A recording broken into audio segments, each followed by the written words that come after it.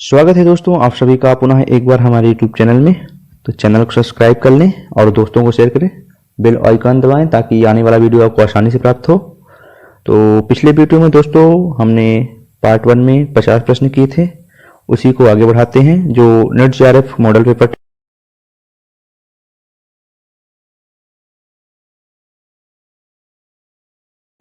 इसका पहला प्रश्न हम लोग कर चुके हैं पिछले वीडियो में दोस्तों, देख लें, आप चेक कर लें, डिस्क्रिप्शन में लिंक दी गई है, आप देख लें। प्रश्न है अगला, जे ही पंखी के निहर होई कहीं बिरह के बात, सोई पंखी जाए जरी तरीबर होए निपात। आचार्य रामचंद्र शुक्ल ने इन पंक्तियों में माना है। तो पंक्ति दी गई है और पूछ रहे हैं आचार्य रामचंद्र शुक्ल ने क्या माना है। तो ऑप्शन है प्रकृति का सुरभ्य चित्रण, ऊहात्मक पद्धति, विरह ताप की विशद व्यंजना, अलंकार का उत्कृष्ट उदाहरण। तो सही आंसर हो जाएगा विरह ताप की विशद व्यंजना। एक बार पुनः देख लें लाइन को, जेहि पंखी के निहर होई कहे विरह के बात, सोई पंखी जाई जरी तरीवर होए निपात। तो इन पंक्तियों में आचार्य रामचंद्र शुक्ल ने क्या माना है, तो विरह ताप की विशद व्यंजना। ऑप्शन नंबर सा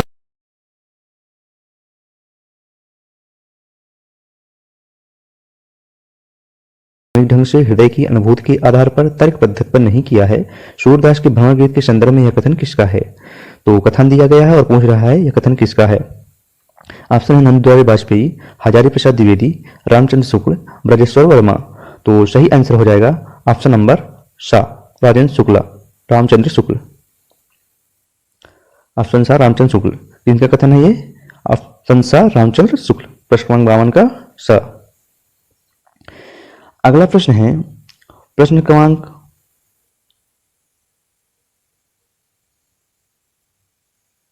53।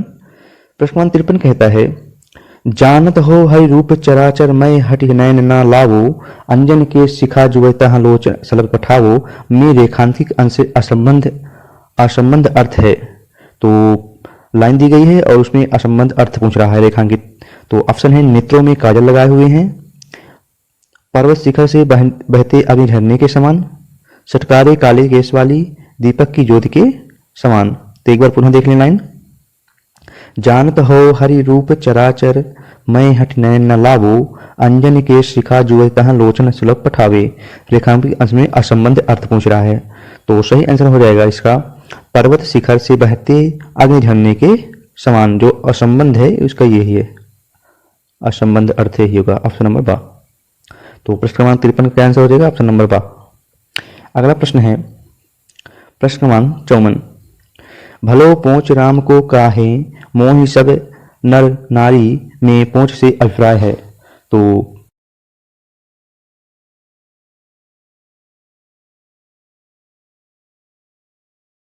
ऑप्शन नंबर आ, नीच। भलो पोंछ राम को काहे, मोहि सब नर नारी में पोंछ से क्या अभिप्राय है, नीच। अगला प्रश्न है प्रश्न क्रमांक 55। प्रश्न क्रमांक 55 कहता है, प्यूं सो कहूं संदेशाड़ा, हे भौरा हे काग, सो धन बिरहे जरित मुनि, तेहि क्या धुआं हम लाग। में भौरे व काग को अलग अलग संबोधित करने की व्याख्या का प्रसंग में आचार्य रामचंद्र शुक्ल का कथन है। तो पहला ऑप्शन है अलंकार का प्रभाव है, दूसरा ऑप्शन रंग की समानता से यह संभव है, यही संभव है, आवेग की दशा में यही उचित है, छंद की बाद मूर्ति हेतु किया गया है। तो सही आंसर हो जाएगा आवेग की दशा में यही उचित है, ऑप्शन नंबर सा सही हो जाएगा। प्रश्न 55 का ऑप्शन नंबर सा सही हो जाएगा। एक बार और देख लें प्रश्न को,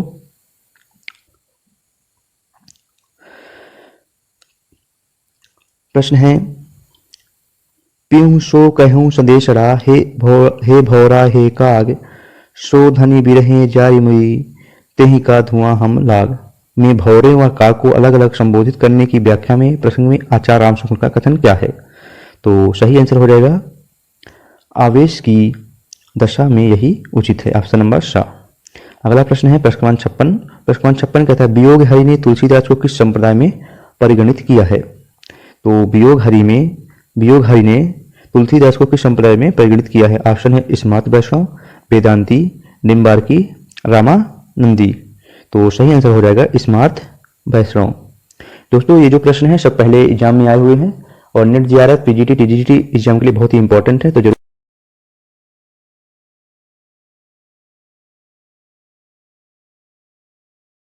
नागर सोई जा तन की झाई परे श्याम हरित धोती होए में रेखांकित अंश से संकेतित नहीं है।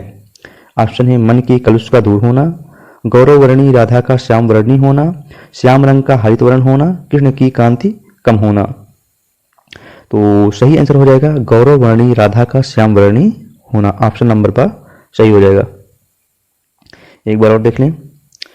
मेरी भव बाधा हारो राधा नागरी सोई जा तनिकी झाई परे श्याम हरितुति होई। रेखांकित अंश में संकेतित नहीं है, तो संकेतित क्या नहीं है इसमें?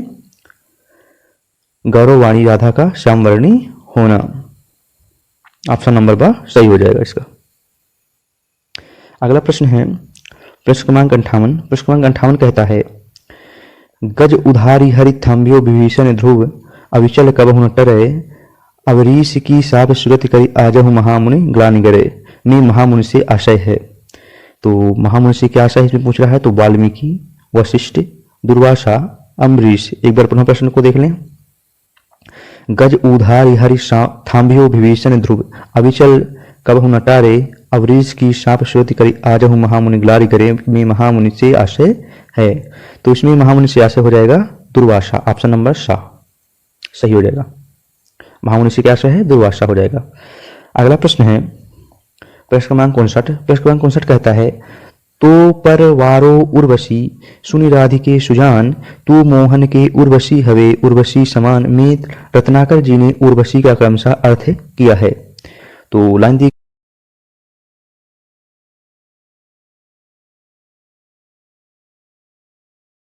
वशी अप्सरा विशेष भूषण विशेष, भूषण विशेष उर्मे बसी अप्सरा विशेष, अप्सरा विशेष भूषण विशेष उर्मे बसी। तो सही आंसर हो जाएगा इसका ऑप्शन नंबर आ। अप्सरा विशेष उर्मे बसी भूषण विशेष, क्रमशः इसका उर्वशी का अर्थ हो जाएगा अप्सरा विशेष उर्मे बसी भीषण भूषण विशेष। तो प्रश्न क्रमांक 59 का क्या आंसर हो जाएगा? ऑप्शन नंबर आ। अगला प्रश्न है प्रश्न क्रमांक 60। बिहारी के किस दोहे में भक्ति का संदर्भ नहीं है? तो बिहारी के किस दोहे में भक्ति का संदर्भ नहीं है? ऑप्शन है जम करी मोह तरह हरि पायो इहि धर हरि चित लाऊ। ऑप्शन बा है मेरी भव बाधा हरो राधा नागर सोई जातन की झाई भरे श्याम हरिद्युति होए। और ऑप्शन सा है आदो तरयोना ही रहियो सुत सेवक इक रंग नाक बाश बेशय लहयो बश मुकुतन के संग।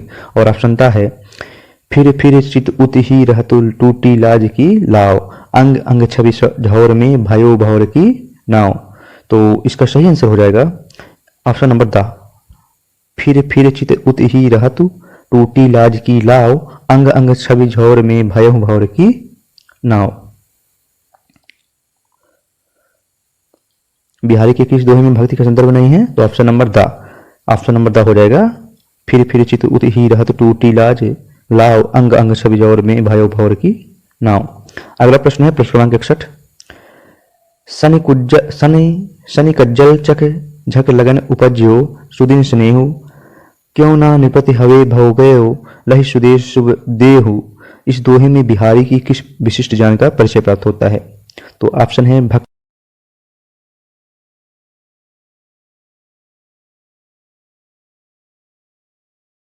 जान। तो दोहे से क्या प्राप्त हो किस विशिष्ट जान का परिचय होता है? ज्योतिष विषयक जान। प्रश्न क्रमांक 61 का आंसर हो जाएगा ऑप्शन नंबर सा। अगला प्रश्न है प्रश्न क्रमांक 62। प्रश्न 62 कहते हैं कमानी के दर्शन का केंद्रीय आधार है। तो कमानी के दर्शन का केंद्रीय आधार है ऑप्शन है प्रत्यभिजा दर्शन, वेदांत दर्शन, बौद्ध दर्शन, सांख्य दर्शन। तो सही आंसर हो जाएगा ऑप्शन नंबर आ प्रत्यभिजा दर्शन। तो प्रश्न क्रमांक 62 का आंसर क्या हो जाएगा? ऑप्शन नंबर आ। अगला प्रश्न है प्रश्न क्रमांक 63। त्यागपत्र में प्रमोद के चरित्र से मेल नहीं खाने वाला कथन है। तो त्यागपत्र में प्रमोद के चरित्र से मेल नहीं खाने वाला कथन है। तो पहला ऑप्शन उसके चिंतन की परिणति आत्म विसर्जन में होती है। दूसरा ऑप्शन समाज की विषमताओं को देखकर उनके बारे में सोचता है। और ऑप्शन सा है समाधान की तलाश में बेचैन रहता है। और ऑप्शन डी है आत्मलोचन के माध्यम से सब समाज की विसंगतियों को ढकने को प्रयत्न करता है। तो त्यागपत्र में प्रमोद के चरित्र से मेल नहीं खाने वाला कथन कौन सा है? आत्मलोचन के माध्यम से आत्मलोचन के माध्यम से सभ्य समाज की विसंगतियों को ढकने का प्रयत्न करता है। तो ऑप्शन नंबर द सही हो जाएगा। अगला प्रश्न है प्रश्न क्रमांक 64, क्योंकि वह जिंदा था, जिंदा रहने का मतलब समझते हैं ना आप, लोग भूल गए जिंदा रहने का मतलब, महाभोज उपन्यास से यह कथन किसका है? तो ऑप्शन है दंताबाई, दत्ता बाबू, बिंदा, द साहब, महेश शर्मा। तो ये कथन है बिंदा का, ऑप्शन नंबर ब सही हो जाएगा।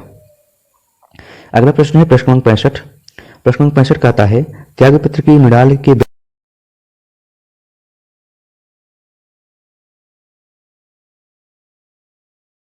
पर दया भाव, और ऑप्शन सा है अपनी नीति की स्वयं निर्मात्री, और ऑप्शन द है समाज को तोड़ने फोड़ने की चाह। तो सही आंसर हो जाएगा त्यागपत्र के मृणाल व्यक्ति के विषय अनुपयुक्त है समाज को तोड़ने फोड़ने की चाह। ऑप्शन नंबर द सही हो जाएगा। जो अनुपयुक्त है यही है, समाज को तोड़ने फोड़ने की चाह, बाकी ये उपयुक्त है। अगला प्रश्न है प्रश्न क्रमांक 66। हजारी प्रसाद द्विवेदी के अनुसार नाखून का बढ़ना प्रतीक है। तो इससे हजारी प्रसाद द्विवेदी की रचना है नाखून क्यों बढ़ते हैं, उससे है। तो हजारी प्रसाद द्विवेदी के अनुसार नाखून बढ़ना प्रतीक है। तो ऑप्शन है दैवी वृत्तिका, प्रसावी वृत्तिका, मानव विचित वृत्तिका, स्वनिर्धारित अतबंधन वृत्तिका। तो सही आंसर हो जाएगा प्रसावी वृत्तिका, ऑप्शन नंबर ब सही हो जाएगा। हजारी प्रसाद द्विवेदी के अनुसार नाखून बढ़ना प्रतीक है प्रसावी वृत्तिका। अगला प्रश्न है प्रश्न क्रमांक 67। मीत सुजान अनित करो जिन हाँ हाँ ना हो जियो मोहि अमोही, ठिड़ी को अव कहू नहीं ठौर, फिर दृग रावरे रूप की दोही, एक विशास की टेक गहे लगी आश रहे बस प्राण बटोही, हो घना आनंद जीवन मूल दही कित प्यासन इमारत मोही। उक्त समय के संदर्भ में किस विकल्प में विरोध भाव नहीं है? तो ऑप्शन है मीत अनित, मोह अमोही, जीवन मूल प्यासनी, ठेड़ ठौर। तो प्रश्न क्रमांक 67 का आंसर हो जाएगा ऑप्शन नंबर द ठीक थोड़। एक बार पुनः प्रश्न को देख लें, आराम से पढ़ लें आप लोग आराम से। सही आंसर हो जाएगा ऑप्शन नंबर द।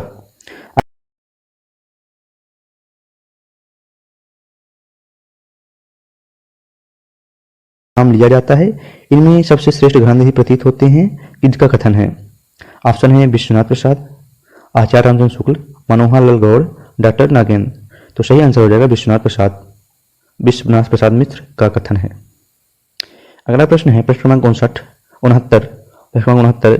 जब ते निहारे घनानंद सुजान प्यारे, तब ते अनोखी आग लग रही चाह की विरह का कारण है। तो ऑप्शन है मान, प्रवास, पूर्वराग, करुण। तो प्रश्न क्रमांक 69 का आंसर हो जाएगा ऑप्शन नंबर श पूर्वराग। अगला प्रश्न है प्रश्न क्रमांक 70। प्रश्न क्रमांक 70 कहता है कमायनी की यह कथा केवल एक फैंटेसी है, कमायनी के संदर्भ में यह कथन किसका है? ऑप्शन है द्वारिका प्रसाद सक्सेना, गजानंद माधव मुक्तिबोध, रामस्वरूप चतुर्वेदी, डॉक्टर नागेंद्र। तो कमायनी की यह कथा केवल एक फैंटेसी है, कमायनी के संदर्भ में यह कथन किसका है? तो यह कथन है गजानंद माधव मुक्तिबोध का, ऑप्शन नंबर 1 सही हो जाएगा। अगला प्रश्न है प्रश्न क्रमांक 71। आश की आकाश मति आवध गुने बढ़ाए, चौपन चढ़ाए दीनों कीनो खेल सोया है, निपट कठोर ये हो इंचत ना आप और, लड़ले सुजान सो दुहली दशा को कहे, अचिरज माई मोहि भई घनानंद यो, हाथ साथ लागियो मैं समीप न कहूँ लाहे, बिरह समीप के झकरों अधीर ने, नींद भिजो जीव तव गुड़ी लो, उड़ियो रहे में अलंकार नहीं है। तो पंक्ति को एक बच्चे देख लें, पूछ रहा है इसमें कौन सा अलंकार नहीं है?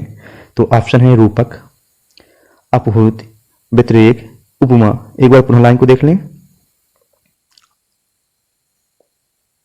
तो इसमें अलंकार कौन सा नहीं है? अपहूत।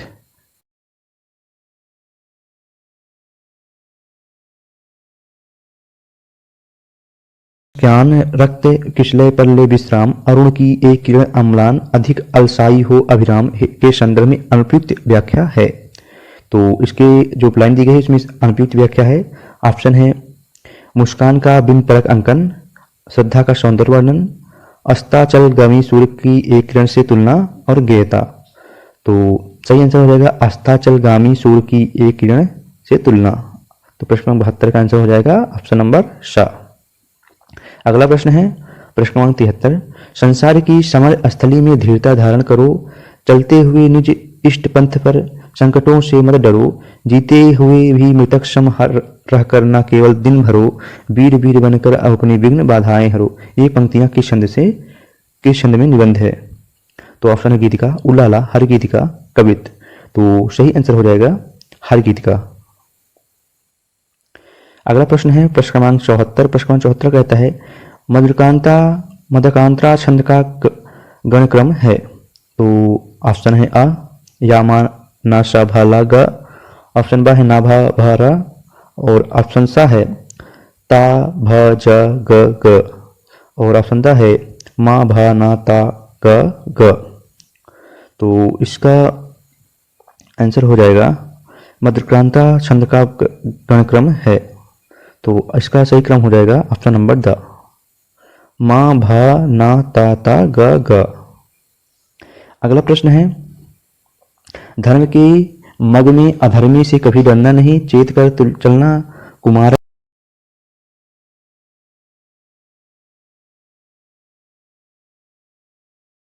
निबंध है। तो कौन सा निबंध इसमें? तो ऑप्शन है गीतिका, हर गीतिका, द्रुत विलंबित, कवित। तो इसमें निबंध का कौन सा निबंध छंद है? तो इसका सही आंसर हो जाएगा गीतिका, ऑप्शन नंबर आ सही हो जाएगा।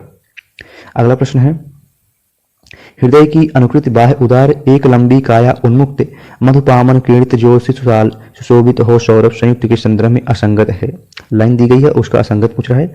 ऑप्शन हृदय की उदारता का वर्णन है, उद्यतता का वर्णन है, दृढ़ इष्टि का वर्णन, मादकता का वर्णन, मनु की सौंदर्य वर्णन। तो सही आंसर हो जाएगा ऑप्शन नंबर द, मनु का सौंदर्य वर्णन। अगला प्रश्न है राम की शक्ति पूजा कविता मूलतः किस संकलन में है? तो राम की शक्ति पूजा कविता मूलतः किस संकलन में है? ऑप्शन है गीतिका, परिमल, आराधना, अनामिका। तो राम की शक्ति पूजा किस कविता मूलतः किस संकलन में है? अनामिका, ऑप्शन नंबर द सही हो जाएगा। अगला प्रश्न है राम की शक्ति पूजा में प्रयुक्त रवि हुआ अस्त पंक्ति की असंगत व्याख्या है। तो राम की शक्ति पूजा में प्रयुक्त रवि हुआ अस्त पंक्ति की असंगत व्याख्या क्या है? सूर्य के अस्त होने का वर्णन, राम के निर्बल होने का संकेत, गद्धाक्षर रा का प्रयोग, लक्ष्मण के मूर्छित होने का संकेत। तो राम की शक्ति पूजा में प्रयुक्त रवि हुआ अस्त का असंगत व्याख्या क्या हो जाएगा? लक्ष्मण के मूर्छित होने का संकेत, असंगत व्याख्या यही है। अगला प्रश्न है अंधेरे में कविता की अंतिम पंक्तियां उस अस्मिता या आइडेंटिटी की खोज की ओर संकेत करती है जो आधुनिक मानव के सबसे ज्वलंत समस्या है। निसंदेह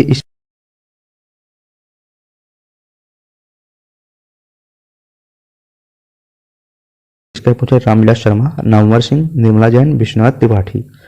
तो सही आंसर हो जाएगा option number Namvar Singh, option number ब। अगला प्रश्न है प्रश्न क्रमांक 80। डॉक्टर रामविलास शर्मा ने राम की शक्ति पूजा में किन दो कविताओं का सार तत्व माना है?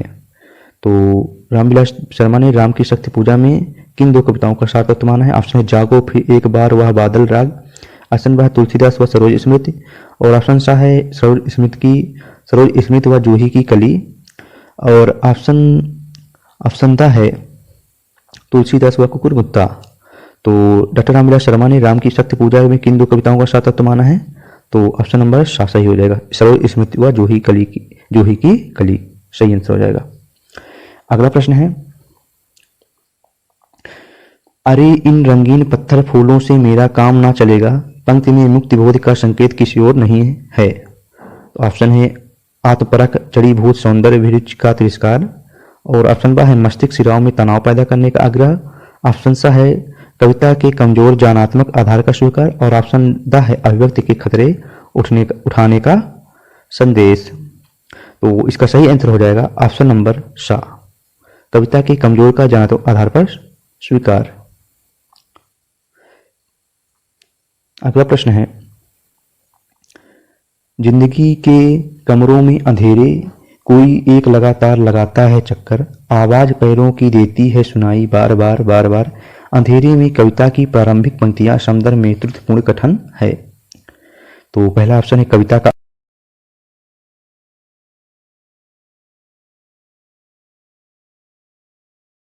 की आरंभ है, और ऑप्शन द है वह रहस्यमय व्यक्ति अब तक ना पाई गई रचनाकार की अभिव्यक्ति है। प्रश्न क्रमांक 82 है, देख लें इसको आराम से। इसका सही आंसर हो जाएगा ऑप्शन नंबर आ। कविता का आरंभ काव्य शैली का चमत्कार माना है, सही आंसर हो जाएगा।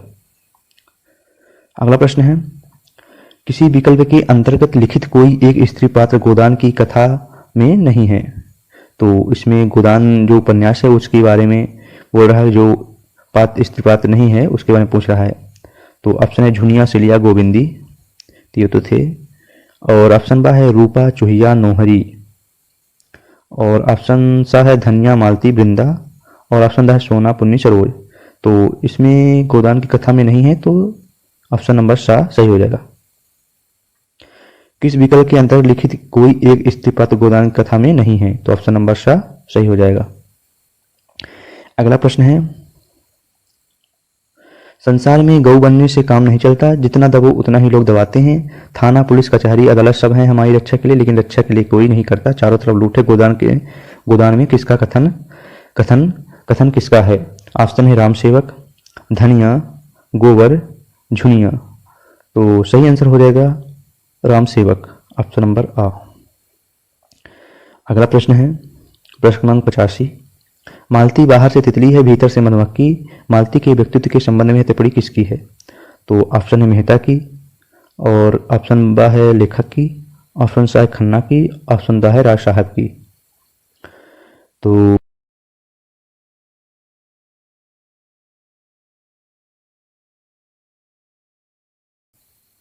निम्नलिखित में से त्यागपत्र का प्रमुख संदर्भ है। तो त्यागपत्र का प्रमुख संदर्भ है मनोवैज्ञानिक, राजनैतिक, ऐतिहासिक, आंचलिक। तो त्यागपत्र का प्रमुख संदर्भ है मनोवैज्ञानिक, ऑप्शन नंबर आ सही हो जाएगा। अगला प्रश्न है प्रश्न क्रमांक 87। प्रश्न क्रमांक 87 कहता है, श्रद्धा भक्ति निबंध के अनुसार असत्य कथन है। तो श्रद्धा भक्ति के निबंध के अनुसार असत्य कथन है, श्रद्धा का व्यापार स्थल विस्तृत है, प्रेम एकांत है, ऑप्शन नंबर आ। ऑप्शन बा है प्रेम का कारण बहुत कुछ अनिर्दिष्ट व अज्ञात होता है, पर श्रद्धा का कारण निर्दिष्ट व ज्ञात होता है। और ऑप्शन सा है श्रद्धा एकमात्र अपने अनुभव पर निर्भर रहती है, पर प्रेम अपनी सामाजिक विशेषता के कारण दूसरों के अनुभव पर भी जगता है। और ऑप्शन दा है श्रद्धा और प्रेम का योग नाम भक्ति है। तो सही आंसर हो जाएगा ऑप्शन नंबर सा। श्रद्धा एकमात्र अपने अनुभव पर निर्भर रहती है, पर प्रेम अपने सामाजिक विशेषता के कारण दूसरों के अनुभव पर भी जगता है। तो ऑप्शन नंबर सा सही हो जाएगा। असत्य कथन जो है श्रद्धा भक्ति निबंध में, तो ऑप्शन नंबर सा हो जाएगा। अगला प्रश्न है, अरस्तु के अनुकरण सिद्धांत के संबंध में असंगत कथन है। तो अरस्तु की अनुकरण सिद्धांत का जो असंगत कथन है उसके बारे में पूछ रहा है। पहला कथन है कला प्रकृति की भावनामय तथा कल्पनामय अनुकृत नहीं है। और अगला जो असंगत कथन दिया है ऑब्जेक्टिव टाइप, वो है काव्य की विषय प्रकृति प्रतीयमान सभ्याम और आदर्श रूप है। और ऑप्शन सा है अनुकरण एक सर्जन क्रिया है। और ऑप्शन दा है अनुकरण वह तंत्र है जिसके द्वारा कवि अपनी कलात्मक अनुभूति की प्रक्षेपणी अभिव्यक्ति को अंतिम रूप प्रदान करती है। तो अरस्तु के अनुकरण सिद्धांत के संबंध में असंगत कथन कौन सा है। तो असंगत हो जाएगा ऑप्शन नंबर आ, कला प्रकृति के भावनामय तथा कल्पनामय अनुकृत।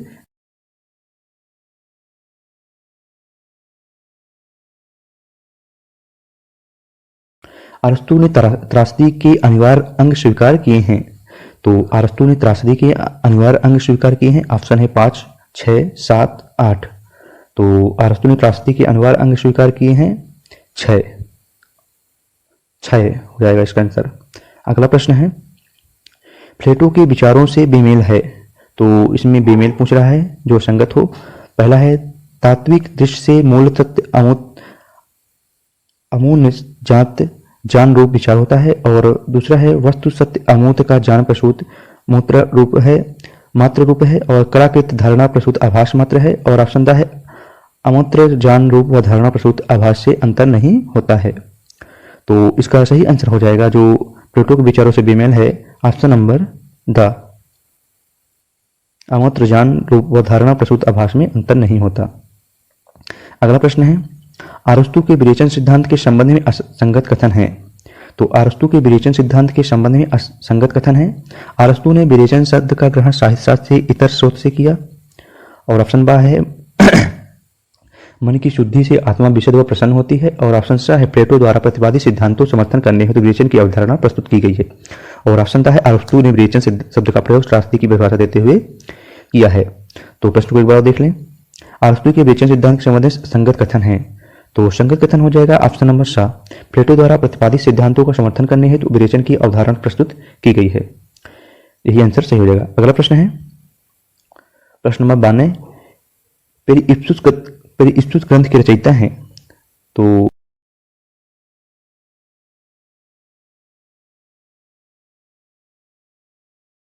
सही हो जाएगा।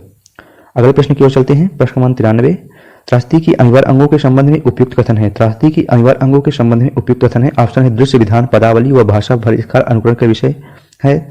ऑप्शन नंबर है पदावली गीत व चरित्र अनुकरण के विषय है।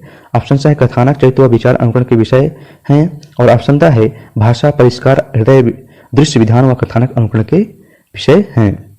तो सही आंसर हो जाएगा त्रासदी की अनिवार्य अंगों के संबंध में उपयुक्त कथन है कथानक चरित्र व विचार के अनुकरण के विषय हैं। ऑप्शन नंबर सा सही हो जाएगा। दोस्तों बता दें, इससे पहले वीडियो में हमने 50 प्रश्न किए थे और ये हमारा दूसरा सेशन है और इससे पहले भी हमने कई मॉक टेस्ट डाल चुके हैं, आप देख सकते हैं।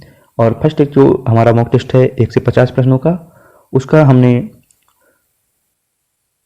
हम डिस्क्रिप्शन लिंक दे देंगे, उसको देख लेंगे आप लोग। अगला प्रश्न है प्रश्न क्रमांक 94, लॉन्जाइनस की उद्यान संबंधी मान्यता अनुसार असंगत कथन है। तो लॉन्जाइनस की उद्यान संबंधी मान्यता अनुसार असंगत कथन है। ऑप्शन है विषय साधन नहीं साध्य है। ऑप्शन बा है प्राचीन काव्य अनुशीलन आवश्यक है। ऑप्शन सा है विशद बिंबों की योजना उपदेय है। और ऑप्शन दा है विषय का विस्तार पूर्वक होना आवश्यक है। तो सही आंसर हो जाएगा इसका विषय का विस्तार पूर्वक पूर्ण होना आवश्यक है। ऑप्शन नंबर द लॉन्जाइनस की उद्यान संबंधी मान्यता असंगत कथन कौन सा हो गया? ऑप्शन नंबर द विषय का विस्तार पूर्वक होना, विषय का विस्तार पूर्वक होना आवश्यक है। ऑप्शन नंबर द सही हो जाएगा। अगला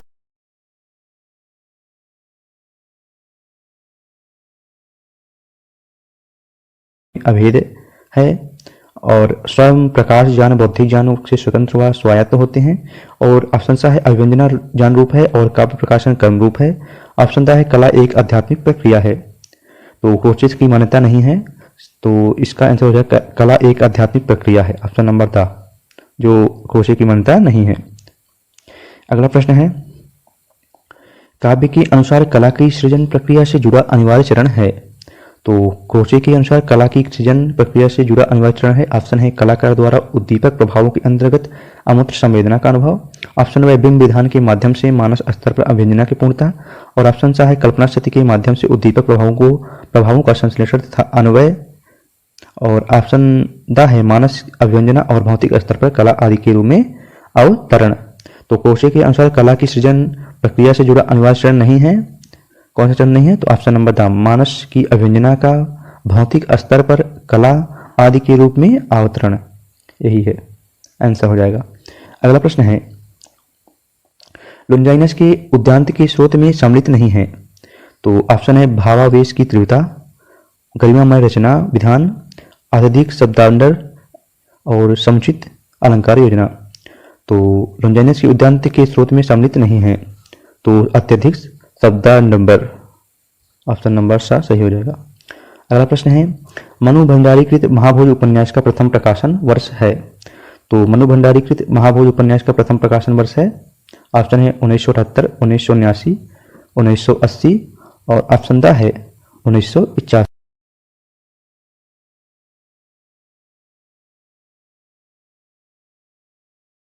हो जाएगा। अगला प्रश्न है प्रश्न क्रमांक 99, इनमें से अवधि की प्रारंभिक कृति मानी जाती है।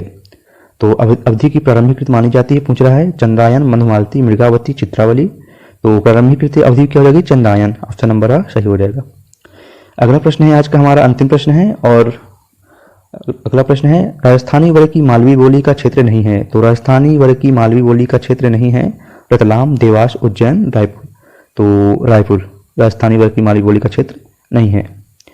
तो दोस्तों आज का सेशन समाप्त होता है। अगला प्रश्न हम लेके आएंगे अगले सेशन में 50 प्रश्न लेके आएंगे, तो पार्ट 3 होगा हमारा वो, तो उसको भी देख लें आप आराम से। और वीडियो के डिस्क्रिप्शन में जाकर टेलीग्राम चैनल ज्वाइन करें, वहां से मॉक टेस्ट प्राप्त करें और वीडियो पाएं। बेल आइकन दबा लें ताकि आपको जो वीडियो डालें आपको आसानी से प्राप्त हो जाए। और इससे पहले 1 से 50 प्रश्न हम जो किए हैं वो पिछला वीडियो है, उसको डिस्क्रिप्शन में हम लिंक दे दिए हैं, देख लीजिए। तो आज का सेशन समाप्त होता है। धन्यवाद।